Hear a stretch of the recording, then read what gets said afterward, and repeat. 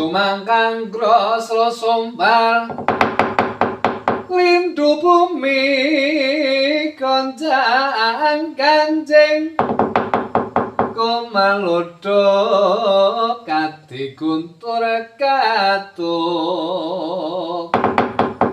oma pekang coloniti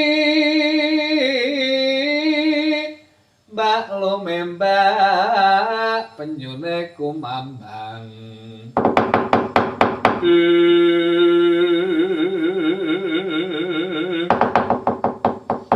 Sora Basanta wonten dawuh sabda paramandika Kang Mas Gajaksa Kang Mas dekne dadi senopangati pangapite Kakang Patih Haryo Sengkuni iki wis kondang maonang-onang wis kondang makantar-kantar malaikat penjabut nyawa ing Tegal Kuru Kasetra wareg Kudara wah ora pangling adine Patih Sangguni Gajaksa lan Sora Basanta. Bener, aku Gajaksa, aku Sora Basanta Waregudara.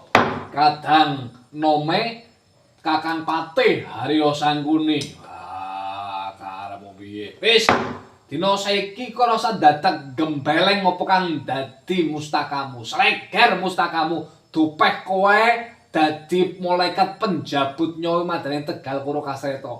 Dina saiki dibuktekke wae. Ing antarane Gajaksa Sora Basanta apa Werkudara sing depane bantol depaken gagak batange. Sepinggir aku jane ora duweni urusan karo kowe. Aku mung kepengin jejeg tungkake Sengkuni. Cangkeme sing kaya iso. Aku kemutan nalikane Pandhawa dijak main sesukan dadu gara-gara Patih Sangguni Pandhawa dadi wong alasan 13 taun. Utang pirang nyore pirang utang loro sauloro utang pati tak sore pati. Minggir ora gelem minggir jagore ndasmu siji-siji. Urodo muntap lerete nentap kumejot padoning lade netra kaca ngondarandir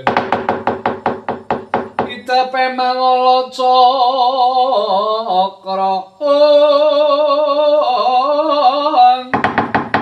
jojo bangka wing-wingis pasuran abang branang kaya kembang ora waribang